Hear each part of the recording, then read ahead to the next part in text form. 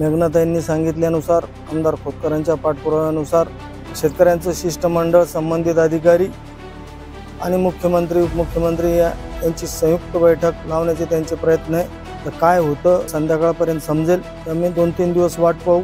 त्यानंतर अन्नत्याग आंदोलन करायचं का, एकदा का ते आंदोलन सुरू झालं तर मग थांबण्याचा प्रश्नच येणार नाही। शासन प्रशासनाकडे 3 दिवस शिल्लक आहे।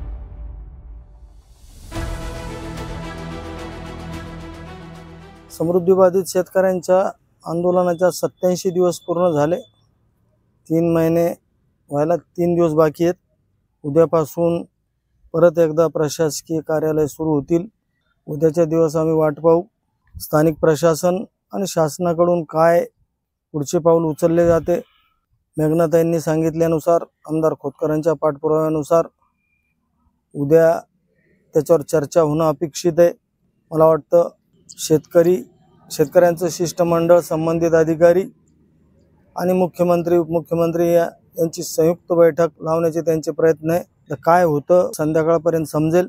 मी कालच सांगितल्यानुसार आम्ही 2-3 दिवस वाट पाहू आणि त्यानंतर पुढील दिशा अर्थात अन्नत्याग आंदोलन करायचं का आणि शेवटपर्यंत माघार घ्यायची की नाही घ्यायची। एकदा का ते आंदोलन सुरू झालं तर मग मला वाटतं थांबण्याचा प्रश्नच येणार नाही।